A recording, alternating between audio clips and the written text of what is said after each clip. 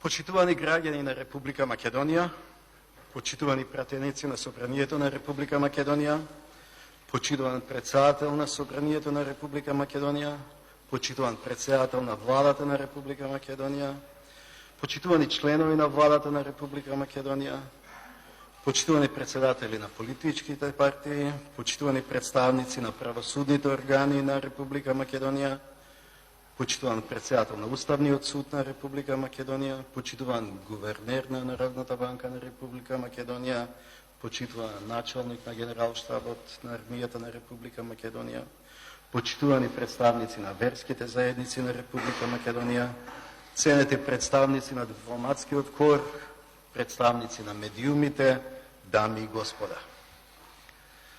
Уставот на Република Македонија ме обврзува како председател на Република Македонија барем еднаш во годината да се обратам во Собранието за прашање од моја надлежност. Во оваа прилика преку ова собрание се обраќам и до македонските граѓани за најважните прашања со кои се соочува нашата република.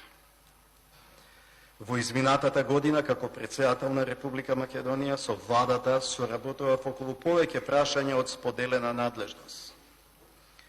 Во сферата на надворешната политика ги прифатив сите квалитетни владини предлози за амбасадори за кои сметав дека професионално ќе ја представуваат Република Македонија во странство. Постигнавме согласност и околу новиот гувернер на Народната банка на Република Македонија. Именував нов началник на Генералштабот на армијата на Република Македонија. Со Собранието соработував преку именувањето на двајца нови уставни судии. И таквата соработка за доброто на државата е неопходна во секоја кохабитација. Но има суштински важни причини поради кои нашата кохабитација е ставена на тест. Пред некој да помисли дека ова ќе биде моје последно обраќање, мој очет за сработеното во вториот мандат, сакам да го истакнам следното. Се уште е рано за очет.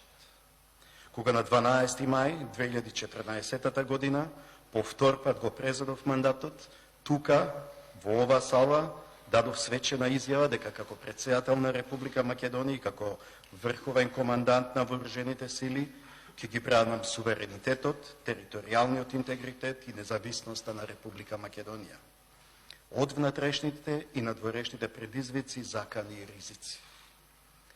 Во таа изјава стои дека ќе ги бранам уставот и уставниот поредок на Република Македонија. Денес, од ова исто место, повторувам дека до таа моја заклетва ќе продолжам до последниот ден од мојот мандат и од тоа мислам да не отстапувам. Има многу добра причина за мојата решителност, бидејќи токму за време на овој втор мандат Република Македонија се соочува и со внатрешни и со надворешни закани и ризици по нејзиниот суверенитет, територијален интегритет и независност.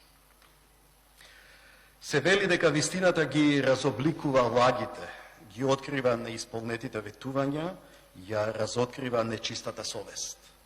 А има многу нечиста совест во однос на Република Македонија. Почитувани присутни, неодамна во Париз учествував на 100 годишнината од крајот на Првата светска војна. Сите учесници беа поканети да донираат по една книга во Библиотеката на мирот. Во таа француска библиотека на мирот јас ја донирав книгата Македонскиот јазол од првиот германски амбасадор во Република Македонија Ханс Лотар Штепан. Зошто токму ова книга? Бидејќи нерешеното македонско прашање беше причина за балканските војни и влијаеше на сојузите во Првата и Втората светска војна. За да биде одржив, мирот мора да биде праведен. А праведноста на еден поредок, вклучително и меѓународниот поредок, се гледа од начинот на кој ги третираат најмалите народи и држави. Македонскиот јазол почна полека да се разврзува со формирањето на Автономска Македонија и со прогласувањето на независна Република Македонија. Она што е многу важно е дека македонскиот јазол не може да се пресече, туку мора многу внимателно да се разврзува, бидејќи сечејќи го јазолот, се сече и дели македонскиот народ. Како и сите мои предходници, така и јас, како председател на Република Македонија, работев на разврзување на тој јазов. Бев свесен дека постојат прашања за кои не се преговара, стекнати права за кои не се разговара, црвени линии преку кои не се преминува. Но во изминатите 2 години на власт дојде некој кој си мислеше дека е доволно да го пресече јазовот и со тоа да го реши македонското прашање, и тоа по секоја цена. И токму во тоа е проблемот. Кога сте подготвени едно прашање да решавате по секоја цена, тогаш цената е највисока.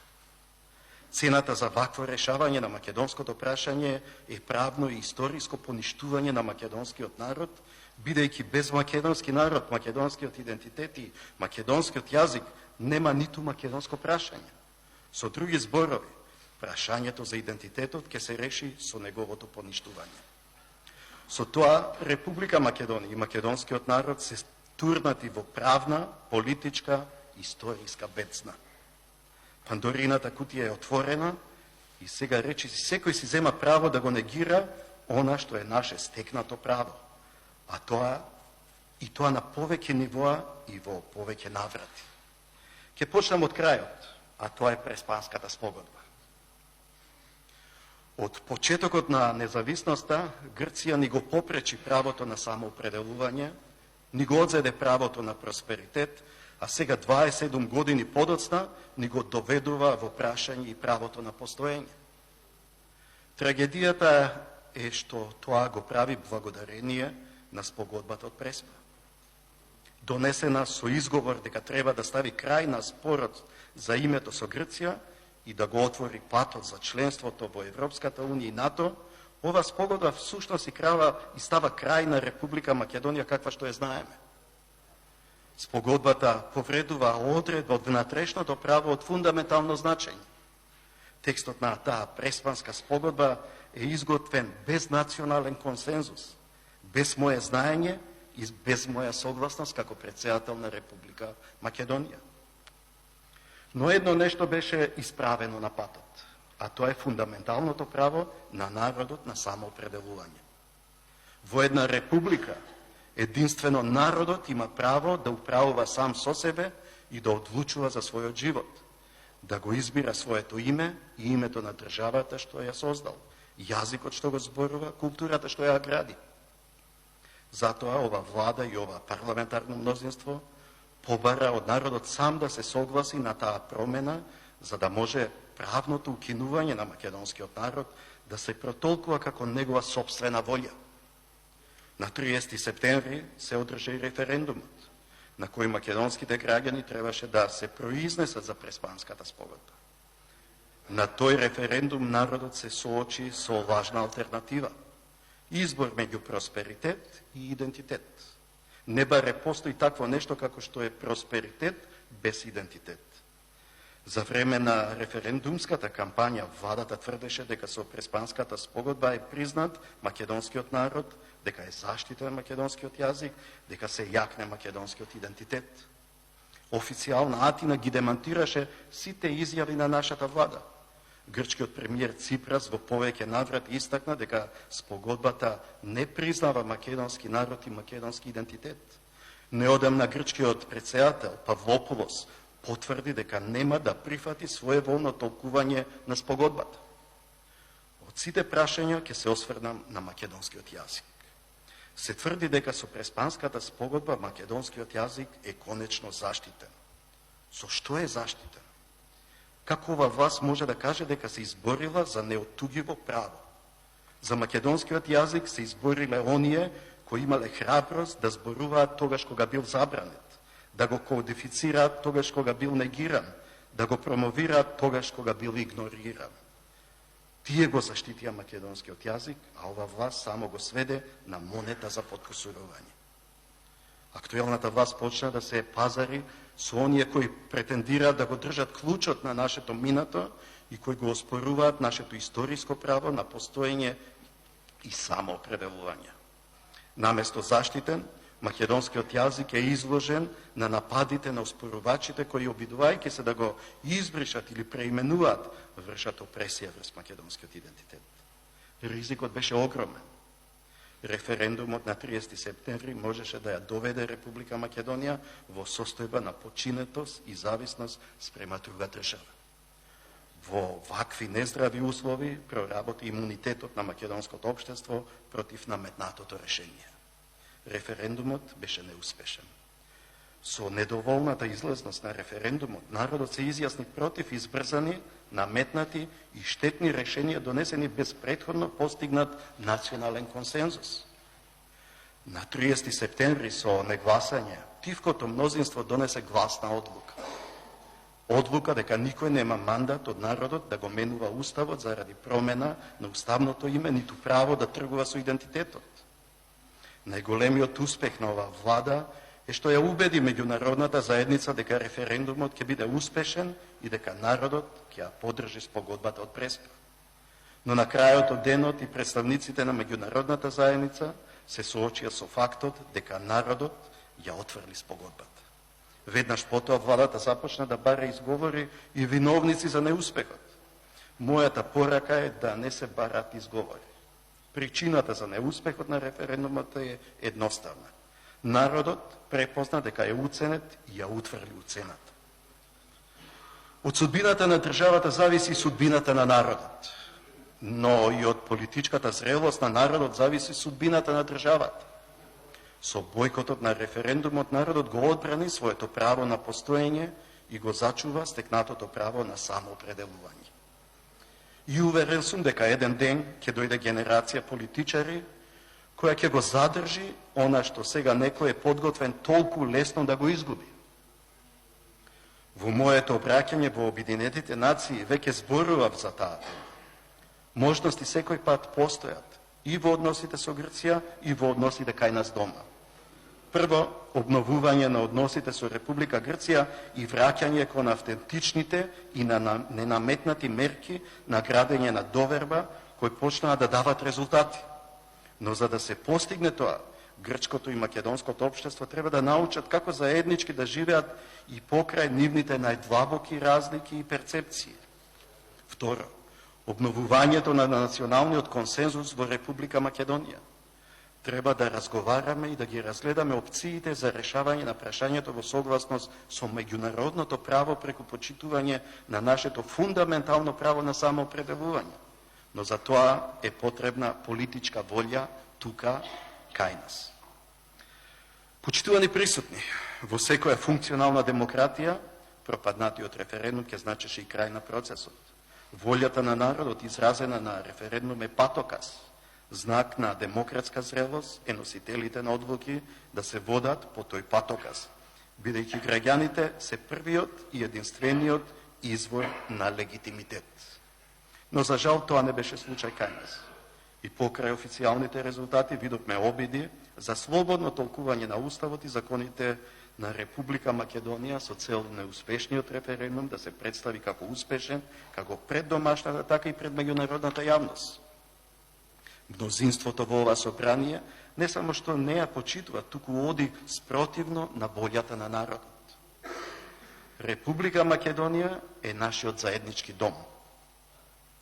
Вие наумивте да го реконструирате со тоа што ќе ги отстраните неговите носечки столбови и ќе ги подкопате неговите темели. Носечките столбови се уставот и законите. Темелите се клучните државотворни документи на АСМО. Каде е свеста дека со тоа се ризикува да имаме дом со раскопани темели и со разнишани столбови? Зарем таков дом ќе им оставиме на нашите деца и внуци? Преамбулата на Уставот е всушност големиот наратив за тоа како народот ја создаде својата држава. Во преамбулата е забележан моментот на остварувањето на правото на самоопределување. Сега се посегнува по нешто што е одамна абсолвирано и затворено. Република Македонија е трајна придобивка на македонскиот народ, но со грчката спогодба таа трајна придобивка сега се релативизира. Како да не се сваќа дека со релативизирање на трајното, ние се релативизираме и како народ. Но не е само Преспанската спогодба, кога во 2017 година го подпишав Законот за ратификација на договорот за пријателство, добрососедство и соработка со Република Бугарија, укажав на една многу важна работа.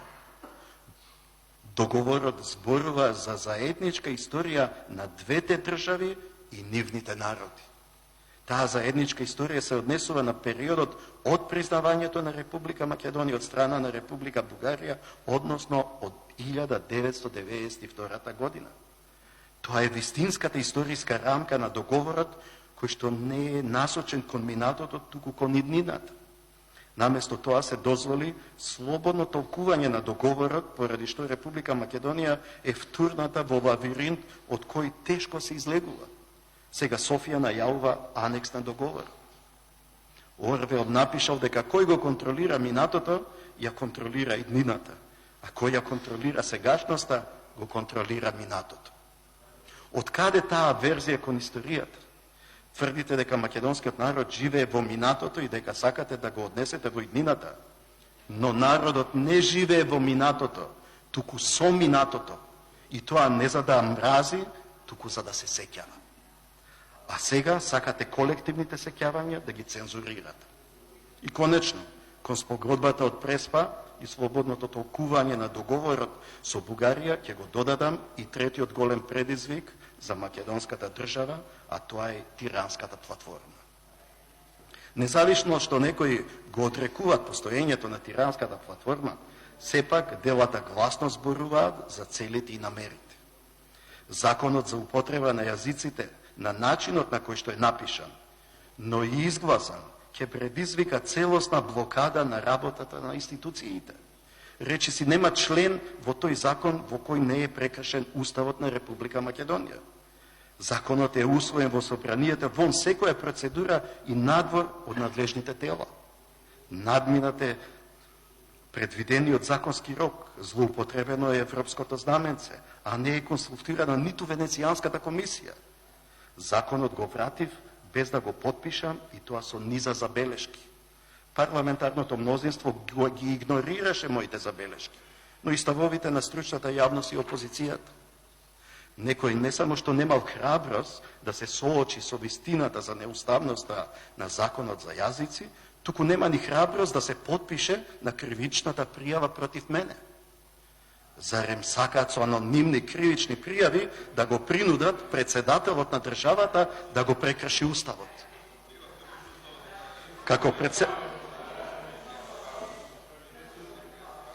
Почитувани пратеници, наискрено ви благодарам што пред целата македонска јавност, пред целиот дипломатски кор, си ја покажавте вашата политичка култура. Дозволете ми да го завршам обраќањето. Како председател, допред се како човек, го почитувам албанскиот народ, како што ги почитувам и турскиот, српскиот, влашкиот, ромскиот, бошначкиот народ. Не треба да се заборави дека Република Македонија е заеднички дом на сите граѓани. Секоја заедница може да го користи својот јазик во сите сфери и на сите нивоа во согласно со Уставот. Но ваквото единство на различноста е возможно благодарение на македонскиот јазик, што има незаменливата улога на официјален јазик на државата, основен комуникацијски код и кохезивен фактор што ги поврзува сите сегменти на македонското мултиетничко, мултирелигијско и мултијазично општество. Македонскиот јазик е лингва франка, благодарение на кој меѓу себе се разбираат припадниците на различните заедници. Тоа е дел од нашиот општествен договор. Нашата сила е во нашата различност, а нашата различност е гарантирана со нашето единство. Израз на тоа единство е македонскиот јазик.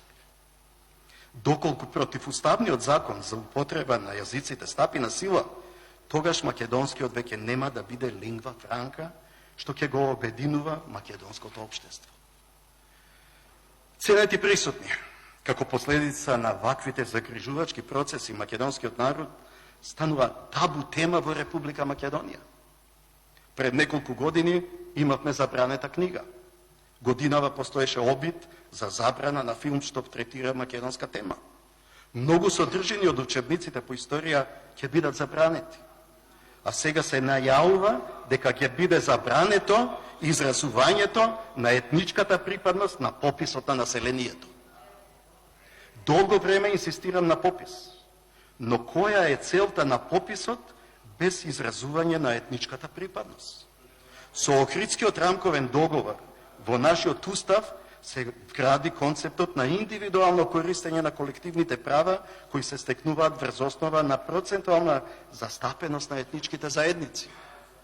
Јавно прашувам, дали со ваков попис се обезвреднува Охридскиот рамковен договор? Зар ова не е подкопување на нашата мултиетничка демократија? Зарем се заборава дека без етничка графа нема Охридски рамковен договор? За жал, ова автоцензура не запира кај институциите, туку се прелева во секојдневниот живот на граѓаните. Слушам за родители кои веќе се плашат и се прашуваат дали да им пеат македонски песни на своите деца, за да не им бидат жигосани како шовинисти. Слушам за автори кои се прашуваат, ве молам да ме сослушат. Слушам за автори кои се прашуваат дали вреди да се објавуваат книги за Македонија. Има компании кои не знаат што ќе биде со нивните неспорни и напорно градени македонски брендови. Наместо доблес и чест, љубовта кон татковината станува грев. Живееме во векот на човековите права и слободи. Сите идентитетски битки во светот се водат за формално правно признавање на идентитетите. Сте се запрашале зошто речиси сите малцинства, независно дали се етнички, верски, јазични, родови, толку упорно инсистираат на правно признавање? Поради правното дејство. Точно е дека никој не може да ми го одземе личното право да се самоидентификувам како македонец. Но без правото на самоопределување, самоидентификацијата нема правно дејство. Во време кога немале собствена држава, многумина од нашите предци себе се идентификувале како македонци, но формално правно ним и наметнувале туѓи идентитети. А сега вие го лишувате македонскиот народ од формалното колективно право на идентитет и се задоволувате со неформалното индивидуално право на самоидентификација. Но не можете да ја сакате Македонија, а да не ги сакате македонците. Не можете да ја сакате Македонија, а да не го сакате македонскиот народ. Зашто ние да бидеме единствената држава без државотворен народ на Балканот. И како што со спогодбата од Преспа се негира македонскиот народ, а со слободното толкување на договорот со Бугарија се деконструира македонската историја, така со тиранската платформа и противуставниот закон за употреба на јазиците се прави обид за демонтирање на македонската држава. Според последните истражувања на јавното мислење, мнозинството млади граѓани сметаат дека Република Македонија се движи во погрешна насока. И тоа не треба да некого го изненадува, бидејќи станавме држава во која се започнува наопако. Ќе потсетам дека прво се побара поддршка од граѓаните на избори, а дури потоа им се соопшти дека всушност гласале за тиранска платформа и грчка спогодба. Прво се донесе закон за употреба на јазиците, а дури потоа се најави дека ќе се побарало мислење на Венецијанската комисија. Прво се апсеа пратениците, а дури потоа им се симнуваше пратеничкиот имунитет. Прво се прифати спогодба за името, а дури потоа бев информиран како претседател на државата. Прво се донесе таа штетна грчка спогодба, а дури потоа граѓаните беа прашани на референдум. Покажете си го нивото на политичка култура пред целиот дипломатски хор. Јас ве слушав цела година, барем сега еднаш сослушајте ме вие мене.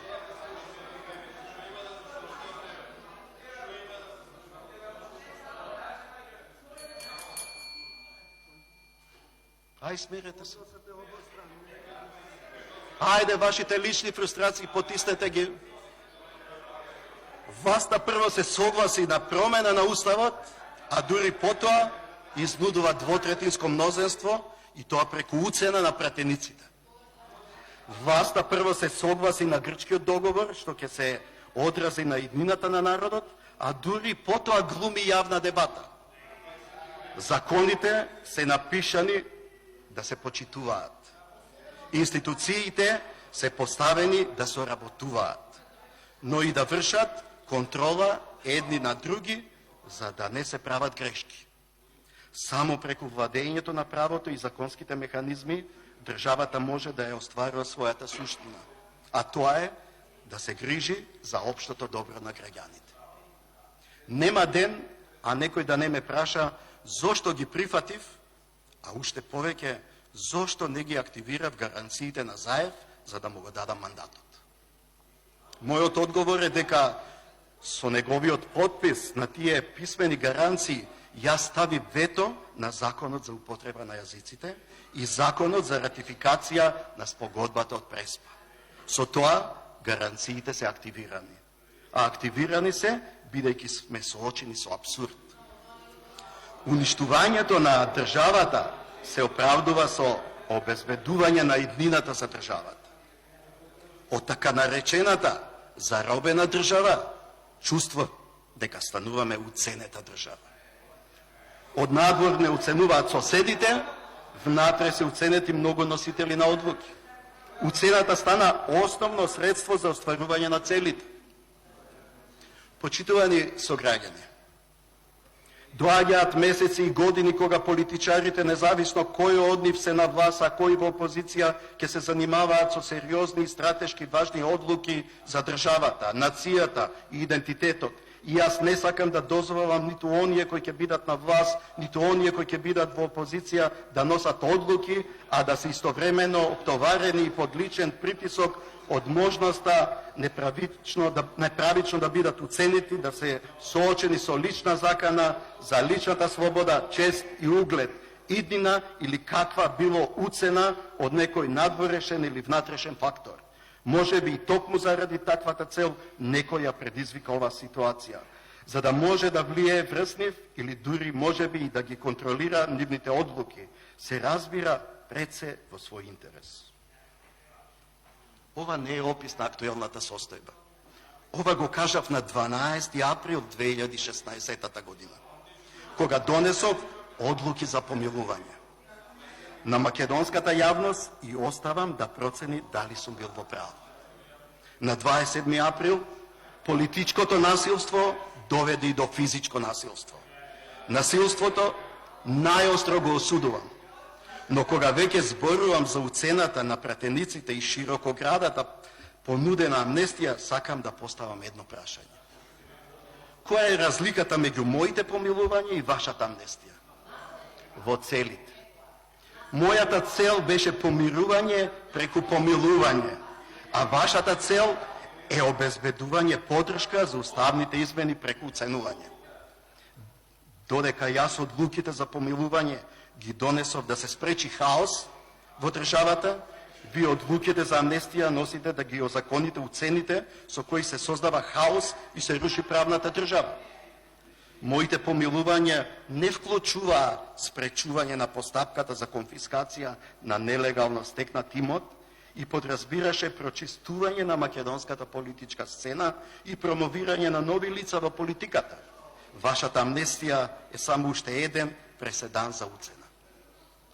Овој закон го потпишав не заради големото мнозинство со кое го изгласавте, ниту заради повеќето луѓе кои веројатно ќе бидат офатени со амнестијата.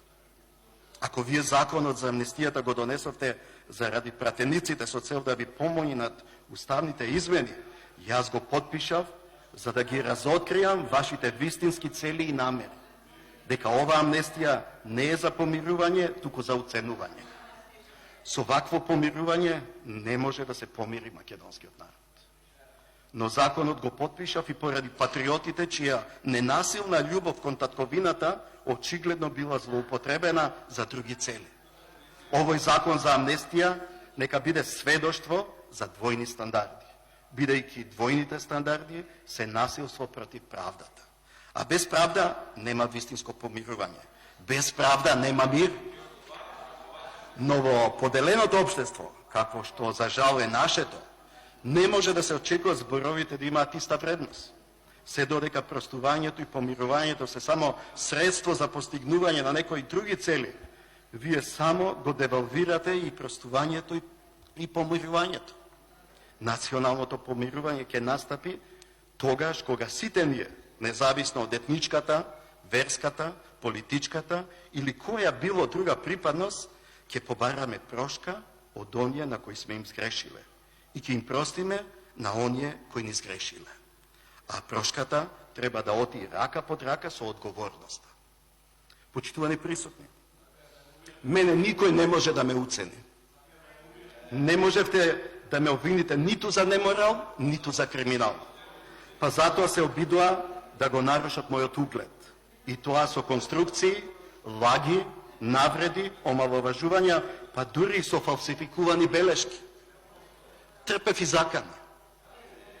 Има јавни личности кои јавно повикуваат на линч и убиство на председателот и неговото семејство.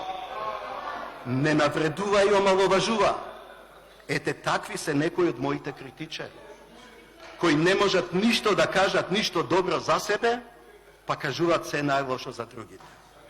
Но и покрив ова, истражувањето на јавното мислење во изминатите 10 години недвосмислено покажува дека председателот на Република Македонија е политичка институција со највисока доверба меѓу граѓаните.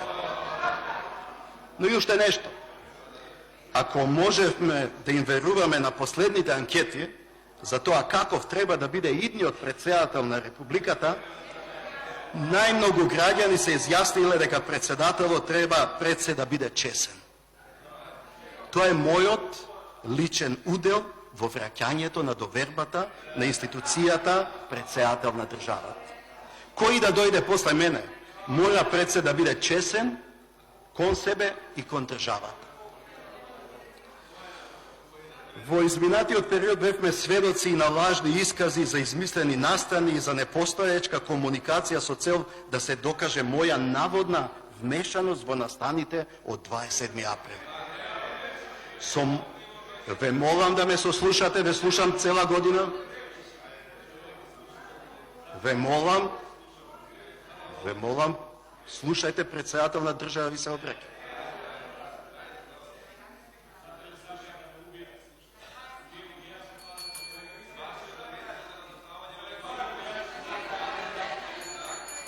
Со помош на великодушната амнестија, како некој да се обидува да ја скрие вистината за вистинските нарачатели на насилството од 27. април и да скрои лажна приказна по негова мера. Сите ние заслужуваме вистината. А единствената вистина во врска со она за што ме обвинувате следната. Сценарио за воена и вонредна состојба немамо.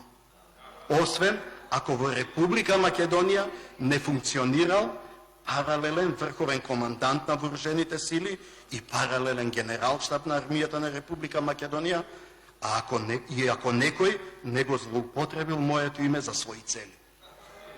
Од тука сакам да ја запознам целата македонска јавност за една многу важна работа. Постојано ми стигнуваат информации дека врз основа на устна наредба, повторувам, устна наредба, се врши следење, снимање и прислушување на председателот на државата, на членовите на неговото семејство и членовите на неговиот кабинет. А тоа е само индикатор дека се менуваат системи, називи, влади, министри и директори, а по се изгледа дека УДБА си останува УДБА со удбашки методи.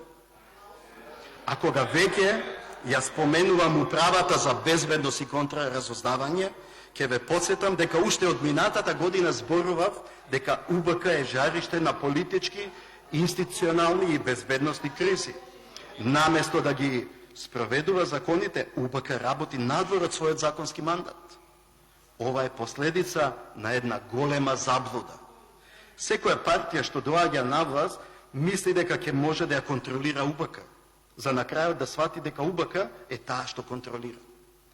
Како и неколку пати претходно во минатото, така и сега УБК се користи како алатка за конструирање на лажни случаи со цел реваншизам, гонење и уцена. Тоа е машинерија за делегитимизирање на институциите на државата.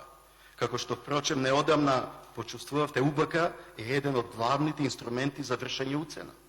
Точно е дека се нудат реформи, но понудените реформи се повеќе форма и фасада, а помалку суштина. Забелешките на Прибе суштински не се исполнети. Со предложените реформски закони се прават обиди концентрацијата на моќ од МВР да се пресели во владата, нелегалното да се легализира, незаконитото да се озакони, а вечите предизвикувачи на кризи да се понудат како спасители од кризи, се разбира, откако сами себе ќе се реформираат според само ним познати критериуми. Со несуштинските реформи се остава голем простор за злоупотреба и нарушување на основните човекови права и слободи. Ве подсетувам дека следни жртви на ваквите злоупотреби можете да бидете токму и вие.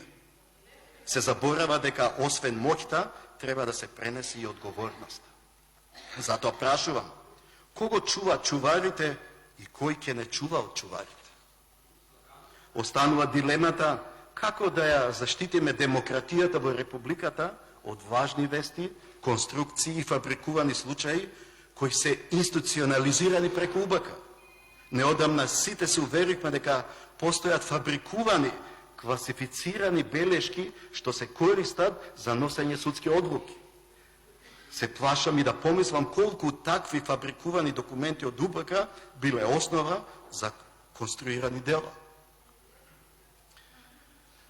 Почитувани сограѓани, во изминатите 10 години како претседател на државата и изминатите 27 години како граѓанин и универзитетски професор, не сум гледал друга перспектива за Република Македонија освен членството во Европската унија и НАТО. Верувам во европската идеја како мировен проект што го отвара просторот и ги трансформира државите и општествата. Членството во Европската унија и НАТО го сплотува целото наше општество, бидејќи за македонските граѓани НАТО значи безбедност, а Европската унија значи просперитет. И македонските граѓани два пати ме избраа да работам на остварување на таа цел. Го правам сето она што е во моја надлежност. Како врховен командант на вооружените сили, посветувам големо внимание на армијата на Република Македонија, преку која ние практично сме во НАТО. Армијата успешно и посветено се соочи со сите предизвици и целосно ја оправда мојата доверба и довербата на македонските граѓани. За мене е чест да бидам врховен командант на армија со нескршлив дух. Но тој дух мора да се одржува. И токму затоа мора да се вложува во армијата. И тоа не само во нејзината опрема, обука и технологија, туку и во постигнување на животниот стандард на припадниците на армијата на Република Македонија. Грижејќи се за војниците, подофицирите, официрите и цивилите. Ние се грижиме за армијата, а грижејќи се за армијата се грижиме за нас, за Република Македонија, за нејзината безбедност и нејзината евроатлантска интеграција. Како претседател, постојано се залагам кај моите европски соговорници за датум и почеток на преговори за членство во Европската унија. Речиси нема настан и средба на која не го покренуваме ова прашање. Но мора да дадеме решение за клучните структурни проблеми во Република Македонија, наместо да одлагаме и чекаме тие сами да се решат кога ќе влеземе во Европската унија и НАТО. Многу наши странски партнери не уверуваат дека спогодбата од Преспа ќе отвори вратата за членство во Европската унија и НАТО. Но чудно е што некои од нив премолчуваат дека дури да се отвори вратата на интеграциите, останува спуштена железната решетка на реформите. Преспа нема да ја крене таа решетка. На јулскиот самит Европската унија јасно укажа на потребата од реформи, а реформите се долг и напорен процес. И тука зборувам не само за реформите во безбедноста, туку и во правосудството, образованието, здравството. Знам дека новата влада ги наследи овие проблеми, но наместо решение на проблемите, гледаме повторување на грешките. Се прашувам дали се случи промена што сите ја очекувавме, и интелектуалците, професионалците на владениот сектор, народот. Прво, правосудството. Кој од оние кои промовираат владење на правото го почитуваат владењето на правото?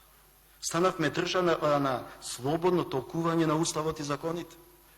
Правото е сведено на политички инструмент на владеачката структура која на степен на закон го подигнува се тоа нешто ќе го посака.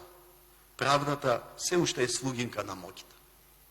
Зарем не сте свесни дека ако еден граѓанин ја загуби вербата во правдата, тоа значи дека е загубил најсилната врска со државата. Односно веќе престанува да ја чувствува Република Македонија како своја држава. Сте се запрашали зошто и економски добро ситуирани граѓани си заминуваат од државата? Поради неизвестноста за еднината на нивните деца. Тешко на онаа поколение, чии што суди заслужуваат да им се суди. Не сакам да станеме држава во која ова би се остварило. Второ, здравството. Секој треба да знае дека нашите деца, нашите најмили, се заболуваат, умираат поради лошите услови и недостаток на кадри. Нашите болници наместо со пациенти се празнат од медицински персонал. Докторите, сестрите се заминуваат во странство. Тоа се наследени проблеми од избрзани реформи. Затоа кога се спроведуваат реформите, наместо теснопартиските интереси треба да се земат предвид само интересите на пациентите. Трето, образованието. Крајно време е да престанат експериментите со учениците и студентите. Тие се потенцијал за промена на нашето општество и тоа го видовме сите. Неопходни се еднакви можности за сите, еднаков пристап до знаењето за сите, без разлика каде живеат и на кој јазик учат. Како што одбраната на државата, што за одбраната на државата е потребна армија, така за одбрана на општеството се потребни училишта. Во минатото видовме избрзани реформи. Затоа сега реформите треба да бидат резултат на сеофатни јавни дебати во кои ќе бидат вклучени и наставниците, и студентите, и родителите. А секоја вистинска реформа започнува со вистинското прашање. Која е целта на образованието за ова генерација во овој милениум? Никогаш нема да ги заборавам зборовите на еден светски интелектуалец кој во една прилика рече дека би го тужел оној образовен систем што наместо иноватори со идеи создава само баратели на работа. Тука природно се надоврзува и прашањето за економијата. Со новата влада меѓу луѓето се роди надеж дека после турбулентен период со длабоки кризи конечно дојде период на стабилност. Но наместо крупни економски проекти и намалување на невработеноста, имаме поголемо задолжување. Се повторуваат истите грешки кои беа критикувани од претходниот период. Корупција, непотизам, вработување во државни институции, за гласови и подршка, именување на неодговорни лица на одговорни позиции. Овие погрешни чекори и политики ги разочараа граѓаните кои очекуваат да дојде подобар живот во Република Македонија. 30% од децата во Република Македонија живеат во сиромаштие. Сите политики и реформи треба да се насочат кон решавање на овој проблем. Но не гледам дека фокусот е на вистинско место ако пратеничките привилегии по завршувањето на мандатот се поприоритетни од потрошувачката кошница на граѓаните. Поради сите овие кризи Република Македонија е тргната од картите на енергетските коридори. Кој воопшто би сакал клучен коридор да минува низ политичко трусно подрачје? Наместо транзитна држава, што ќе наплаќа за транзитот на енергенците, ние за жал ќе бидеме само краен корисник, што ќе го плаќа транзитот на енергенците. Наместо енергетски меѓузависни, ќе бидеме енергетски зависни од нашите соседи, кои ќе можат да не држат во енергетско заложништво. Цената за тоа ќе плаќат граѓаните и компаниите. Дел од таа цена е аерозагадувањето. Воздухот во Македонија се чини дека е позагаден кога некоја политичка партија е во опозиција, а почист кога е на власт и обратно. Загадениот воздух не е тема за собирање политички поени. Според последните истражувања, загадувањето е една од главните проблеми што најмногу ги загрижува граѓаните. Чистата животна средина е човеково право, но поништувањето на резултатите од локалните референдуми за родниците зборува дека човековите права се заштитени само до таа мера додека се сопаѓаат со тесните интереси на политичките и бизнис мочниците. Почитувани присутни, на крајот од моето обраќање не е пријатно за добри решенија, наместо за добри решенија повторно да морам да се навраќам на истите проблеми. Ќе подсетам дека во 2014 година повикував на диалог во институциите на државата за надминување на политичката криза. Во 2015 ги повикував партиите на единство околу државните интереси. Наредната 2016 реков дека зборот на годината треба да биде одговорност, и тоа не општа и безлична, туку конкретна и лична. Во 2017 повиквав на помирување, простување и прекин на реваншизмот. Да ме послушавте тогаш, може би денес имавте помала одговорност. Но ви реков и затоа одговорноста за оваа најтешка ситуација во Република Македонија од независноста до денес е ваша. Се вели дека оние кои им робуваат на парите ја знаат цената, но ја забораваат вредноста на нештата. Заборават дека постојат нешта кои имаат вредност, а немаат цена. Вредноста на една куќа се состои во тоа што таа е дом. Вредноста на Република Македонија се состои во тоа што таа е наш единствен заеднички дом. Немаме резервна татковина. Затоа Република Македонија за нас е безценета, но за жал се однесуваме како да е безвредна. Се подпираме на меѓународната заедница и се надеваме дека таа ќе ги извојува битките за нас. Но забораваме дека битките во кои други се борат за нас не трансформираат. Нас не трансформираат и не прават подобри само оние битки што ние самите ги биеме. Ако сакате од една група поединци да создадете функционална заедница, дајте им цел што само заедно може да ја постигнат. Таа цел е Република Македонија. Само заедно можеме да ја чуваме, само заедно можеме да ја градиме.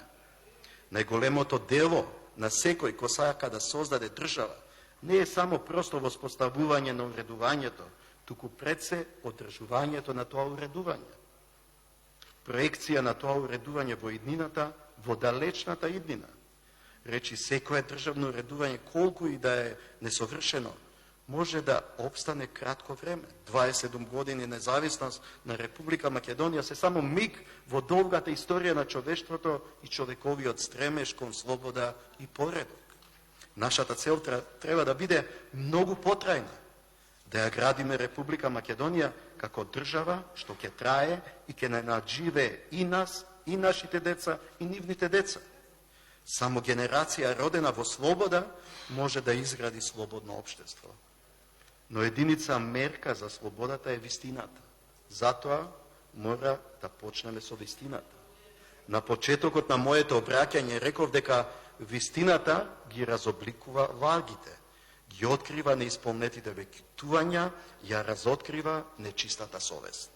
Реков дека има многу нечиста совест во однос на македонскиот случај, но вистината ослободува и овозможува да се признае вината, да се поправат грешките, да се исцелат раните. Затоа, денеска од ова собраниска говорница, гласно ја зборува вистината. Но не за да поттикнувам омраза, бидејќи омразата предизвикува раздор, туку заедно да се соочиме со реалноста. А реалноста е дека огромна е разликата меѓу слободата со одговорност и слободата без одговорност. Првата е основа за слободно општество, втората е само друго име за безвластие и анархија. И тоа води во непоредок во кој нема слобода. Непоредокот во кој владее омразата. Луѓето кои ги мразат своите политички и идеолошки противници ниту се, ниту можат да бидат слободни. Тие се заробеници на омразата и желбата за одмазда и реваншизам. Затоа треба да се ослободиме од омразата и реваншизмот и да се свртиме кон помирувањето на она автентичното, без задни намери, без криени агенди, до кои се стигнува преку вистината и одговорноста. преку вистината и одговорноста што води до помирување, ќе имаме праведно општество во кое меѓусебното почитување одново ќе биде наша врвна вредност, во кое власта и опозицијата наместо како законати непријатели ќе се доживуваат како достојни противници и партнери за доброто на граѓаните што ги избрале.